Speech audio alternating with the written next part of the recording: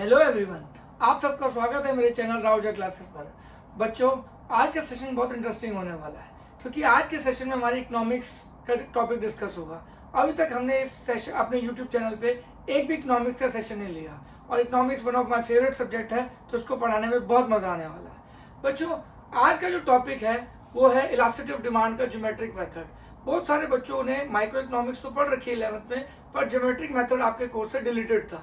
तो अब बच्चों को बहुत दिक्कत आ रही है इस मेथड को सीयूटी के अंदर करने के लिए। अब इस मेथड की खासियत है कि ये आपका सीए फाउंडेशन में भी कवर हो जाएगा और सीयूटी के अंदर भी कवर हो जाएगा। 1 नंबर का एमसीक्यू इस पे आने के चांसेस हैं बच्चों, प्रोबेबिलिटी अच्छी है कि इस पे क्वेश्चन आ सकता है। इसके बारे में थोड़ा सा ब्रीफिंग कर लेते हैं।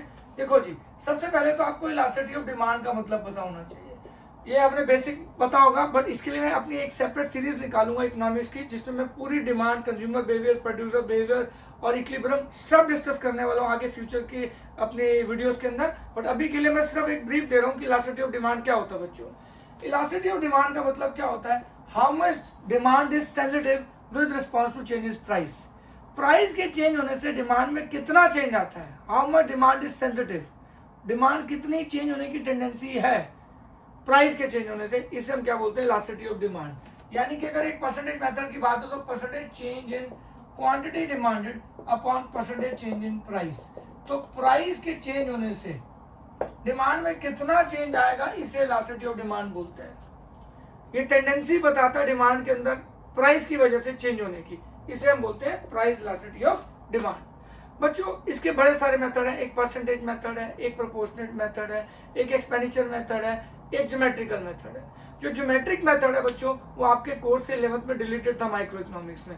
आज हम उसी को फटाफट से कवर करने की कोशिश करेंगे। छोटा सेशन होगा बट इंटरेस्टिंग होने वाला है। चलिए, अब बच्चों इस मेथड को सजेस्ट किसने किया था? ज्योमेट्रिक मेथड को सजेस्ट किया था प्रोफेसर मार्शल ने। प्रोफेसर मार्शल बहुत अच्छे थे इकोनॉमिस्ट, उन्होंने बहुत सारी चीजें बताई गई थी, जिसमें से एक उनकी चीज थी geometric method of measuring elasticity of demand. ठीक है जी। अच्छा, इस मेथड के और भी नाम क्या क्या है?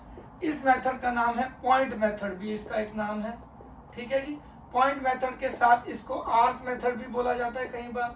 ठीक है जी। और ग्राफिक मेथड, ग्राफिकल मेथड भी बोला जाता है। तो किसी भी नाम से ये आपको आ सकता है एमसीक्यू कि इसके और क्या क्या नाम है। Geometric method, point method, arc method और graphic method. Generally method use कब होता है? जब प्राइस और डिमांड में बहुत इनफाइनाइट चेंजेस आते हैं, बहुत सारे चेंजेस आते हैं, तब ये मेथड यूजफुल होता है। So when there are infinitely changes in prices and demand, we use geometric method. Professor Marshall इसे निकाला था, इस पे भी एमसीक्यू आ सकता है। अब मैं जरा इसकी डिटेल आपको डिस्क्रिप्शन में पूरा डिटेल आपको देता हूँ इसके बारे में कि ये क्या मेथड है। बच्चों, इस मेथड में कुछ नहीं है।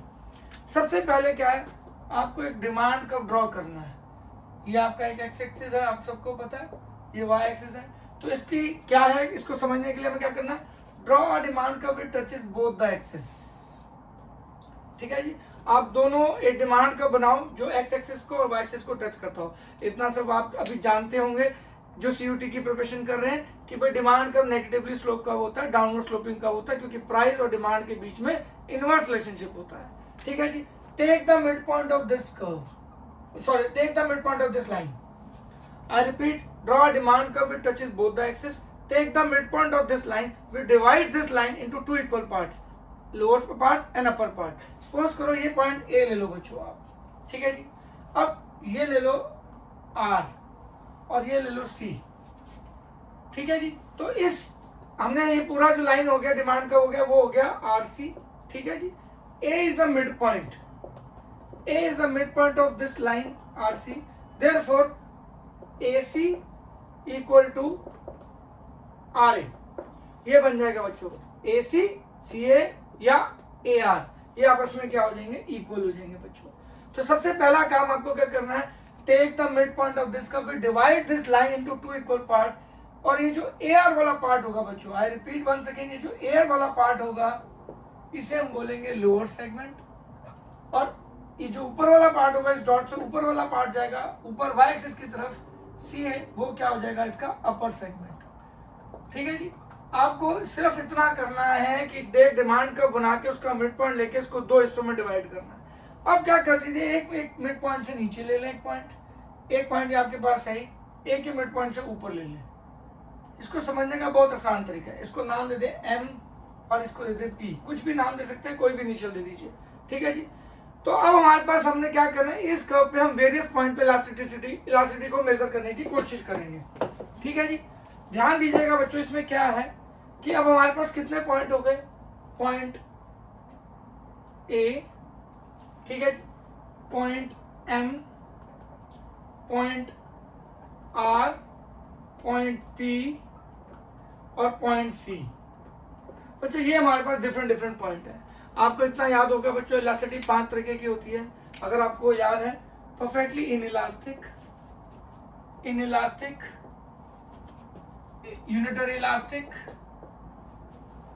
इलास्टिक और परफेक्टली इलास्टिक। देखा जाए तो इलास्टिसिटी की टाइप्स अगर आपको याद हो तो इलास्टिसिटी ऑफ डिमांड किसके इक्वल होती है, या 0 के इक्वल होती है, या इलास्टिसिटी ऑफ डिमांड क्या होती है, लेस देन 1 होती है, या इलास्टिसिटी ऑफ डिमांड क्या होती है, इक्वल टू 1 होती है। और ये सारी प्राइस इलास्टिसिटी है बच्चों, बहुत सारी इलास्टिसिटी हो सकती है, इसलिए मैंने यहाँ पे प्राइस इलास्टिसिटी बोल रहा हूँ, क्योंकि प्राइस के चेंज होने से डिमांड में चेंज होने की बात कर रहे हैं, ठीक है जी। उसके बाद आप क्या है जी, इलास्टिसिटी ऑफ डिमांड आपकी क्या हो सकती है, मोर देन 1 हो सकती है बच्चों, और elasticity of demand equal to infinity होती है। तो ये 5 तरीके की इलास्टिसिटी है, जिसे हम परफेक्टली इनइलास्टिक बोलते हैं, जो कि 0 के इक्वल है, ये इन्फिनिटी के इक्वल है, बीचों बीच इक्वल टू 1 है, ये लेस देन 1 है, और ये मोर देन 1 है। तो ये जिसे हम लेस देन 1 या लेस इलास्टिक बोलते हैं, जिसे मोर देन 1 या हाईली इलास्टिक भी बोलते हैं। तो ये हमारी 5 इलास्टिसिटी है। अब इन 5 इलास्टिसिटी को हमने इस डायग्राम के थ्रू, इस ग्राफ के थ्रू बताना है, इसलिए इसको ज्योमेट्रिक मेथड बोलते हैं। और इसमें हम देखो एक पॉइंट कवर कर रहे हैं, हर एक पॉइंट कवर कर रहे हैं इस ग्राफ के अंदर, इसे पॉइंट इलास्टिक मेथड भी बोलते हैं, ठीक है जी। अब इसमें क्या क्या है, सबसे पहले इसमें ज्योमेट्रिक मेथड में फॉर्मूला क्या होगा इलास्टिसिटी मेजर करने का। अब फॉर्मूला क्या है, लोअर सेगमेंट अपॉन में upper segment, I repeat, lower segment upon में अपर सेगमेंट, जो होगा आपका फॉर्मूला बनेगा। सबसे पहले पॉइंट ए पे आ जाओ। पॉइंट ए पे लोअर सेगमेंट क्या हो जाएगी, इस पॉइंट से नीचे की तरफ लोअर सेगमेंट होगी, इस पॉइंट के ऊपर की नीचे ऊपर की तरफ जो होगी वो अपर सेगमेंट होगी, वाई एक्सिस के टुवर्ड्स होगी। तो अब ये लोअर सेगमेंट क्या बनेगी, ए आर, ठीक है जी। और हमारा अपर सेगमेंट क्या बन जाएगी बच्चों, सी ए। अब बच्चों ये दोनों इक्वल है, न्यूमरेटर और डिनोमिनेटर दोनों इक्वल है। क्यों, क्योंकि हमें रीजनिंग पता है ज्योमेट्रिक में, जैसे हम लिखते थे पहले मैथ्स के अंदर, A is a mid point of this line R C. तो देयरफॉर ये दोनों आपस में क्या हो जाएंगी, A R equal to C A हो जाएगा। जब ये दोनों इक्वल हो जाएंगी तो आपस में कैंसिल करके इसका आंसर क्या आ जाएगा, 1। तो इस पॉइंट पे हमारी वेलोसिटी क्या हो जाएगी, E D is equal to 1। अब आ जाएंगे हम पॉइंट एम पे बच्चों। तो यहाँ पे again lower segment upon upper segment, formula ये यूज करना है। लोअर सेगमेंट कितनी रहेगी, एम आर, तो यहाँ पे लिखेगी लोअर सेगमेंट एम आर, ठीक है जी। और अपर सेगमेंट क्या है, इस पॉइंट से पहले वाली, तो वो क्या हो जाएगी, सी एम। तो ध्यान से देखिए, एम आर ये आ गया, सी एम ये आ गया। अब इस केस में सबको पता है एम आर छोटा है, एम आर छोटा है और सी एम बड़ा है। यहाँ पे आप सबको पता है, क्लियरली दिख रहा है कि जो आपका M R is less than C M, upper segment और लोअर सेगमेंट के अकॉर्डिंगली। और सबको पता है अगर आपका न्यूमरेटर छोटा है, डिनोमिनेटर बड़ा है, जैसे 2 है या 3 है, तो आंसर 1 से नीचे आएगा। जब भी न्यूमरेटर छोटा होगा बच्चों, डिनोमिनेटर बड़ा होगा, तो आंसर 1 से नीचे आएगा। तो बाय डिफॉल्ट इस पॉइंट पे क्या बन जाएगी आपको, ई डी इज लेस देन 1। तो ये आपकी पॉइंट जो हो जाएगी वो क्या हो जाएगी, E D is less then 1, ठीक है जी। अब आ जाओ एट पॉइंट आर, अब एट पॉइंट आर आ जाओ बच्चों, ठीक है जी। पॉइंट आर के ऊपर क्या होगा, लोअर सेगमेंट, तो फॉर्मूला वही होगा, लोअर सेगमेंट अपॉन में अपर सेगमेंट। पर अब यहाँ देख सकते हैं आर पॉइंट पे क्लियरली लोअर सेगमेंट कुछ है ही नहीं, 0। अपर सेगमेंट क्या हो जाएगी, पूरी सी आर। अब 0 upon C R, 0 upon something हमेशा किसके इक्वल होगा, 0। तो ये पॉइंट क्या बन जाएगा, ई डी इक्वल टू 0। आप क्लियरली देख सकते हो, इसमें कोई ज्यादा रॉकेट साइंस नहीं है, सिंपल आपको फॉर्मूला लगाना है, lower segment upon upper segment. क्योंकि आप ज्योमेट्री का फॉर्मूला यूज कर रहे हो तो ये ज्योमेट्रिक मेथड हो गया, ग्राफ यूज कर रहे हो तो ग्राफिकल मेथड हो गया, पॉइंट एक पॉइंट पे मेजर कर रहे हो तो पॉइंट इलास्टिक मेथड हो गया। कुछ ज्यादा रॉकेट साइंस नहीं है, ये सिंपल है, ध्यान दीजिए, आराम से हो जाएगा।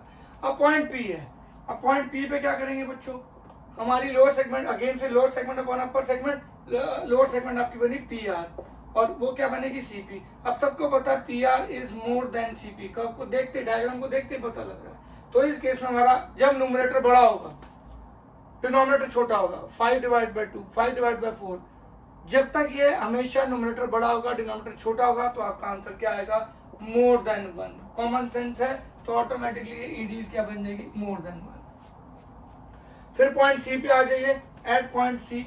अब अगेन फिर lower segment upon upper segment, यहाँ पे लोअर सेगमेंट क्या हो जाएगी बच्चों को, सी आर, ठीक है जी, और अपर सेगमेंट कुछ है ही नहीं, 0।